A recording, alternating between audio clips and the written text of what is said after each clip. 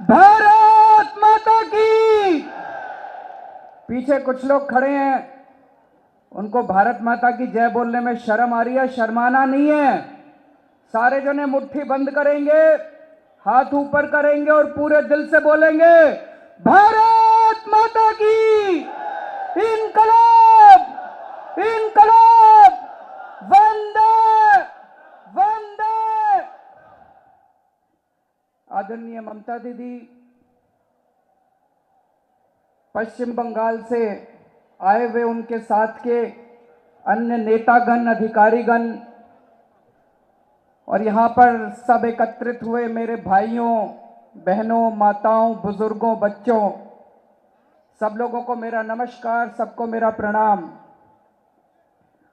दोस्तों, आज हम लोग बड़ी दुख की घड़ी में इकट्ठे हुए हैं। पूरे देश के अंदर ऐसा माहौल हो गया है, चारों तरफ अफरा तफरी का माहौल है। लोगों के घर में खाना नहीं है। लोग 500 हजार हजार के नोट लेके घूम रहे हैं, लेकिन बाजार में रोटी नहीं मिल रही, सब्जी नहीं मिल रही, दूध नहीं मिल रहा, अपने बच्चों के लिए दवा दारू नहीं मिल रही। प्रधानमंत्री जी ने 500 हजार हजार के नोट बंद कर दिए। कहते हैं काला धन और भ्रष्टाचार कम करेंगे। दोस्तों, इस देश के अंदर पिछले कुछ सालों में काला धन और भ्रष्टाचार के खिलाफ खूब जम के लड़ाई लड़ी है हम लोगों ने, सारा देश जानता है। कुछ साल पहले अन्ना हजारे जी का आंदोलन हुआ था, सारा देश इकट्ठा हुआ था। पिछले कुछ सालों के अंदर भ्रष्टाचार के खिलाफ हमने अपनी जान भी दांव पे लगाई है। दो बार मैंने अनशन किया। एक बार 10 दिन के लिए भूखा रहा, एक बार 15 दिन के लिए भूखा रहा। शुगर का मरीज हूं। डॉक्टरों ने कहा था 48 घंटे से ज्यादा ये भूखा रहेगा तो जिंदा नहीं रहेगा। लेकिन भ्रष्टाचार के खिलाफ, उस वक्त की कांग्रेस सरकार के भ्रष्टाचार के खिलाफ 2 बार मैंने अनशन किया था। एक बार 10 दिन का अनशन किया था, एक बार 15 दिन का अनशन किया था। दोस्तों, ऐसे टाइम में जब लोग रॉबर्ट वाड्रा का नाम लेने से डरते थे, हम लोगों ने रॉबर्ट वाड्रा के भ्रष्टाचार के कागज सारे देश के अंदर रखे थे। इस देश के जो सबसे बड़े बड़े अरबपति लोग हैं, शक्तिशाली लोग हैं, जिनका नाम लेने से सारी पार्टियां घबराती हैं, उनके स्विस बैंक के अकाउंट नंबर मैं लेके आया था। अकाउंट नंबर इस देश के सामने रखे थे। अपनी जान दांव पे लगाई है इस देश में भ्रष्टाचार के खिलाफ आवाज उठाने के लिए। मोदी जी, अगर आपका यह कदम वाकई भ्रष्टाचार के खिलाफ होता, अगर आपका यह कदम वाकई काला धन को खत्म करने के लिए होता, सबसे आगे आपको अरविंद केजरीवाल और आम आदमी पार्टी नजर आते। इसके लिए हम राजनीति नहीं करते। हमारी मोदी जी से 100 असहमतियां हो सकती हैं, कई मुद्दों पे असहमतियां हैं, लेकिन जब जब उन्होंने अच्छा काम किया, हमने आगे बढ़ के उनका स्वागत किया। उन्होंने स्वच्छ भारत का ऐलान किया, मैं और मेरे सब लोग झाड़ू लेके हम बाहर निकले थे, उनका स्वागत किया था हम लोगों ने। उन्होंने योगा डे किया, मेरे सब लोग, हम लोग अपने अपने घर से चटाई लेके गए थे इंडिया गेट के ऊपर, हमने मोदी जी के साथ योगा किया था, उनका स्वागत किया था। मोदी जी ने सर्जिकल स्ट्राइक किए, मैंने वीडियो जारी करके मोदी जी को सलाम किया था कि बड़ा अच्छा काम किया आपने, पाकिस्तान को चने चबा दिए। लेकिन मोदी जी, अगर आप काला धन और भ्रष्टाचार खत्म करने के नाम पे देशभक्ति की आड़ में घोटाले करोगे, तो उस घोटाले के खिलाफ लड़ने के लिए भी जान की बाजी लगा देंगे इस देश के लोगों के लिए। कहते हैं भ्रष्टाचार दूर करेंगे, 500 हजार हजार के नोट बंद दो हजार के नोट लाके भ्रष्टाचार दूर करेंगे, मेरी तो समझ के परे है भाई साहब। कई लोगों से बात कर ली मैंने पूछा ये बताओ 500 का नोट खत्म करके 2000 का नोट लाने से भ्रष्टाचार कैसे खत्म होएगा? भाई पहले किसी को 1 लाख रुपए रिश्वत देनी होती थी, वो जेब में 100 नोट लेके जाता था 1-1 हजार के, अब उसको 50 ही नोट लेके जाने पड़ेंगे 1-1 2-2 हजार के। तो भ्रष्टाचार कैसे खत्म होएगा भाई साहब? पहले किसी ने अपने कमरे में 100 करोड़ रुपए रख रखे थे 1-1 हजार के, अब उतनी जगह में 200 करोड़ रुपए आ जाएंगे 2-2 हजार के। तो बताओ काला धन कैसे खत्म होएगा? मेरी तो समझ के परे है। इनकम टैक्स में कमिश्नर था, थोड़ी बहुत समझ मेरे को भी आती है, उतना अनपढ़ आदमी नहीं हूं मैं, थोड़ा बहुत समझ मेरे को भी मेरे को यह समझ में नहीं आ रहा कि ये 500 हजार के नोट खत्म करके 2-2 हजार के नोट लाने से काला धन और भ्रष्टाचार कैसे खत्म होएगा? शुरू हो गया भ्रष्टाचार, आपने अखबारों में पढ़ा होगा।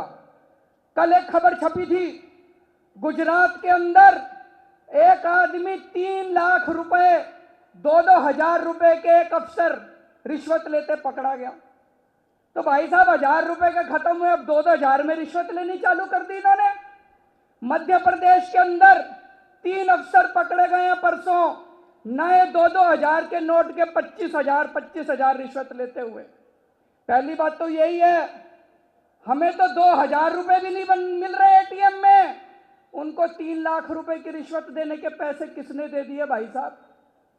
तो इसका मतलब काला धन भी शुरू हो गया। 2 नंबर के अंदर ये 2-2 हजार के नोट बिकने शुरू हो गए।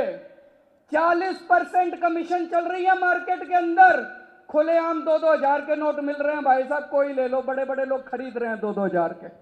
कहीं किसी लाइन में आपने देखा अडानी अंबानी को खड़े हुए? कोई नहीं खड़ा, सबके घर में होम डिलीवरी हो रही है, उनके पुराने 500 हजार के नोट ला रहे हैं और 2-2 हजार रुपए के नोट उनके घर पहुंचा रहे हैं भाई साहब। ये काला धन और भ्रष्टाचार दूर करने के नाम पे जो इन्होंने 500 हजार के नोट बंद करे हैं, आज पूरी जिम्मेदारी के साथ कह रहा हूं, आजाद भारत का ये सबसे बड़ा घोटाला हमारे देश के अंदर किया जा रहा है। 8 लाख करोड़ रुपए का घोटाला है, 8 लाख करोड़ रुपए का। सारे जने अच्छे से समझ के जाना और एक एक आदमी कसम खा के जाओ, अपने घर जाके आस पड़ोस में 10-10 लोगों को बताओगे इस घोटाले के बारे में। वैसे तो सबको पता है, सोशल मीडिया पे चल रहा है। बैंकों ने बड़े बड़े अरबपतियों को, बड़े बड़े घरानों को, पैसे वालों को, अरबपतियों को बैंकों ने 8 लाख करोड़ रुपए का कर्ज दे रखा था। आरबीआई की रिपोर्ट है, सीएजी की रिपोर्ट है, वो कहती है ये बड़े बड़े अरबपति 8 लाख करोड़ रुपए डकार गए। इनमें से कुछ ने तो विदेश भेज दिया अपना पैसा और कुछ लोगों ने ठिकाने लगा दिया, अब कुछ नहीं बचा 8 लाख करोड़ का। बैंक खाली हो गए। मोदी जी ने 8 लाख करोड़ में से 1,14,000 करोड़ का लोन तो माफ कर दिया इन लोगों का, 1,14,000 करोड़ का। आप लोगों ने विजय माल्या का नाम सुना होगा, पता है विजय माल्या कौन है? किस किस को पता? हाथ खड़े करो जरा से। सबको पता है विजय माल्या। विजय माल्या दारू बनाने का काम करता है।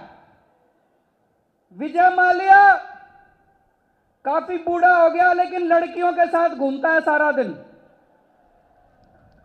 विजय माल्या, उसके बड़े बड़े जहाज चलते हैं, उसके ऊपर 8,000 करोड़ रुपए का लोन था, 8,000 करोड़ रुपए का। एक दिन रात को मोदी जी ने उसको हवाई जहाज में बिठा के लंदन भेज दिया, देश से भगा दिया उसको। हम लोगों को लाइन में लगा रखा है।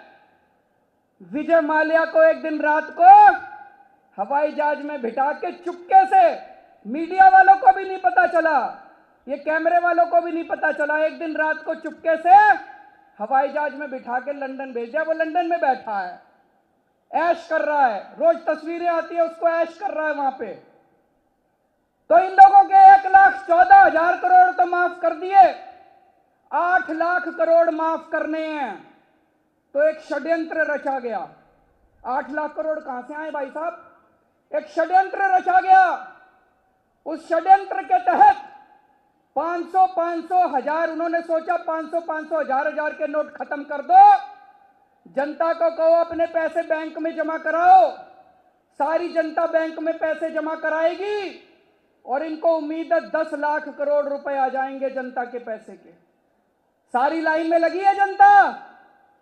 और सबसे बड़ा प्रमाण इस बात का जो मैं कह रहा हूं, अभी थोड़े बहुत पैसे आने ही लगे बैंक में। परसों स्टेट बैंक ऑफ इंडिया ने इन अरबपतियों के 6,000 करोड़ रुपए माफ कर दिए भाई साहब। आपने लाइनों में लग लग के जो अपनी खून पसीने की कमाई 5 दिन के अंदर बैंकों में जमा कराई थी, उन्होंने अरबपतियों को बांटनी भी चालू कर दी। अभी तो 50 दिन पूरे भी नहीं हुए हैं। 10 लाख करोड़ रुपए जनता जमा कराएगी, मोदी जी 8 लाख करोड़ रुपए उसमें से अपने चहेतों के लोन माफ कर देंगे। हमें क्या मिला? ठन ठन गोपाल। कुछ नहीं मिला, धोखा हो गया, धोखा हो गया। लोग कह रहे हैं मोदी जी अपने दोस्तों के लिए कर रहे हैं। भाई साहब, आज एक भाई अपने भाई के लिए कुछ नहीं करता। ये क्या दोस्ती है मोदी जी की और इन लोगों की? किस चीज की दोस्ती है? हम सोचा करते थे मोदी जी बहुत ईमानदार हैं, हमारी 100 सहमति हो सकती है नरेंद्र मोदी जी से, हमारे 100 विवाद हो सकते हैं, लेकिन एक चीज तो मैं भी सोचा करता था कि मोदी जी ईमानदार हैं। लेकिन दोस्तों, पिछले कुछ दिनों में कुछ कागज सामने आए हैं। मैंने वो कागज पढ़े, मेरे तो रोंगटे खड़े हो गए। मैं यकीन नहीं किया। मैंने कई लोगों को दिखाए कागज, इनकम टैक्स के कागज हैं। मैं इनकम टैक्स में काम किया करता था, इनकम टैक्स डिपार्टमेंट में मेरी बड़ी जान पहचान है। फाइनेंस मिनिस्ट्री के जो सबसे टॉप पे बैठा हुआ है, उसने मेरे को ये कागज भेजे हैं। आज मैं ये कागज दिखाने के लिए लाया हूं आपको सबको। ये कागज देखो जरा से, ये रिपोर्ट है। बिड़ला का नाम सुना है सबने? बिड़ला, किस किसने सुना है बिड़ला का नाम? दोस्तों, 15 अक्टूबर 2013 को बिड़ला के यहां इनकम टैक्स की रेड हुई। बिड़ला के कंप्यूटर से, लैपटॉप से कई कागज मिले और उसमें एक कागज मिला, उसमें लिखा था, ये वो कागज है, इसमें लिखा है Gujarat CM 25 crore 12 done rest question mark. मतलब गुजरात के मुख्यमंत्री 25 करोड़ 12 दे दिए, बाकी बाकी हैं। इसका क्या मतलब हुआ? इसका क्या मतलब हुआ? इसकी कोई जांच नहीं हुई क्योंकि मोदी जी मुख्यमंत्री बन गए। अगर इसकी जांच होती तो पता चलता कि ये 25 करोड़ रुपए किस लिए दिए गए थे कि नहीं दिए गए थे। कल कुछ जगह छपा है अखबारों में, 22 नवंबर 2014 को सहारा के ऊपर इनकम टैक्स की रेड हुई। सहारा के यहां एक कमरे में 130 करोड़ रुपए का कैश मिला। वहीं पे कुछ कागज मिले पड़े हुए। उन कागजों में एक कागज है, इस कागज पे इनकम टैक्स कमिश्नर के साइन है, इस कागज पे गवाहों के साइन है, ये सहारा के यहां मिला था। इस कागज में लिखा है 30 अक्टूबर 2013 को 2.5 करोड़ रुपए cash given at Ahmedabad to Modi ji at Gujarat through Jaiswal ji. इसी में लिखा है 12 नवंबर 2013 5 करोड़ 10 लाख रुपए cash given at Ahmedabad to Modi ji at Gujarat through Jaiswal ji. 27 नवंबर 2013 को 2.5 करोड़ रुपए cash given at Ahmedabad to Modi ji through Jaiswal ji. 29 नवंबर 2013 को 5 crore cash given at Ahmedabad to Modi ji through Sachin ji. 6 दिसंबर 2013 को 5 crore cash given at Ahmedabad to Modi ji through Sachin ji. 7 entry हैं। 40 करोड़ 10 लाख रुपए मोदी जी को दिए गए। इसका इन कागजों के अंदर हवाला है। मुझे नहीं पता दिए कि नहीं दिए, इन कागजों में लिखा हुआ है। जांच होनी चाहिए थी, इन कागजों की कोई जांच नहीं हुई। मन में एक शक पैदा होता है। आज सारे देश के लोग पूछ रहे हैं, हम लोगों को लाइनों में लगा दिया, अंबानी अडानी की यहां रेड क्यों नहीं हो रही, उनका काला धन क्यों नहीं आ रहा। आज हम लोगों को लाइन में लगा दिया, स्विस बैंकों में जिनके अकाउंट हैं उनके खिलाफ एक्शन क्यों नहीं हो रहा। तो मन में शक पैदा होता है, कहीं पैसे ले लेके इनको छोड़ा तो नहीं जा रहा। हम लोग अपना पैसा जमा कराएंगे बैंकों में, वो सारा पैसा इन अरबपतियों को दे देंगे और अब अरबपतियों से पैसे ले लेके इनको छोड़ा तो नहीं जा रहा। दोस्तों, धोखा हो रहा है, बहुत बड़ा धोखा हो रहा है इस देश के साथ। इस देश की जनता माफ नहीं करने वाली है।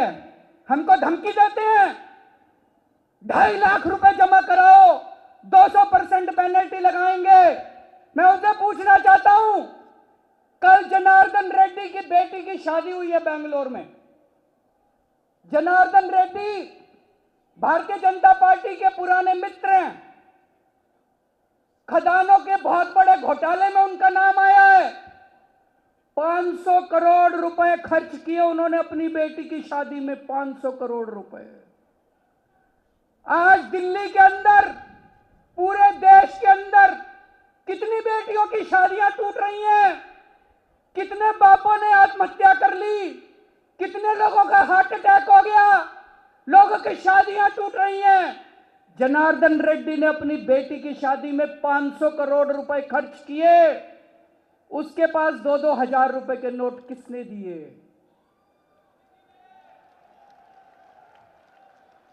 उसकी नोट की बदली किसने करी?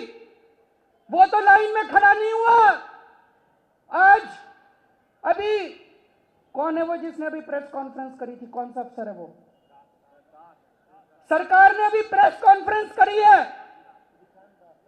सरकार कह रही है अगर किसी की बेटी की शादी हो, शादी का कार्ड ले आओ, 2.5 लाख रुपए दे देंगे। 2.5 लाख रुपए में शादी होती है भाई साहब? अभी अरुण जेटली ने अपनी बेटी की शादी करी थी, हमें बताओ उसने 2.5 लाख रुपए में करी थी क्या? तुम अपनी बेटी की शादी 2.5 लाख में करके दिखाओ। तुम खर्च करोगे 500 करोड़ रुपए, हम अपनी बेटी की शादी करें 2.5 लाख रुपए में। यह कौन सा न्याय है? इसको बर्दाश्त नहीं करेंगे। इनकम टैक्स वाले छोड़ रखे हैं इन्होंने सारी मार्केट में। आ रहे हैं कि नहीं आ रहे इनकम टैक्स वाले? एक एक दुकान में जा रहे हैं, गल्ला खोल खोल के देख रहे हैं, आपकी लेजर के ऊपर, कैश बुक के ऊपर मोहर लगा रहे हैं। कल रेड्डी की शादी के अंदर इनकम टैक्स वाले क्यों नहीं गए? उसकी बेटी की शादी में इनकम टैक्स वाले क्यों नहीं गए? उसकी बेटी की शादी में तो सारे बीजेपी के नेता पहुंचे हुए थे। तो हम ही बेवकूफ हैं बस, हमें धमकी देते हो। मोदी जी, इस देश की जनता चेतावनी दे रही है। अगर देशभक्ति के लिए इस देश की जनता को जान की बाजी लगानी पड़ी तो जान की बाजी भी लगाएगी, लेकिन हमें बेवकूफ मत बनाओ कि लाइनों में खड़े होना देशभक्ति है। आप तो हमें लाइनों में खड़े करो और खुद इन बड़े बड़े लोगों के साथ गुलछर्रे उड़ाओ। ये इस देश की जनता बर्दाश्त करने वाली नहीं है। 40 लोगों की मौत हो चुकी है। कौन है इनकी मौत का जिम्मेदार? कौन है इनकी मौत का जिम्मेदार? कौन है इनकी मौत का जिम्मेदार? इस देश की जनता बर्दाश्त नहीं करने वाली। हमारी पेशेंस की सब्र का इम्तिहान मत लो। यह आजादपुर मंडी है। मैं बहुत बार आया हूं इस मंडी में। पूरी मंडी सब्जियों से भरी रहा करती थी, पूरी मंडी फलों से भरी रहा करती थी। आज सुनसान हो गई है मेरी मंडी, आज सुनसान हो गए मेरे व्यापारी, आज सुनसान हो गए हैं लोगों के घर। इसको हम बर्दाश्त नहीं करने वाले। जैसा ममता दीदी ने कहा, 3 दिन के अंदर इसको वापस लो, नहीं तो इस देश के अंदर बगावत होगी। इसको बर्दाश्त नहीं करेंगे और इस देश की जनता को खड़ा होना पड़ेगा। इस देश की जनता सबसे बड़ी देशभक्त है और देश के लिए अगर कुर्बानी भी करनी पड़ी तो कुर्बानी करेंगे।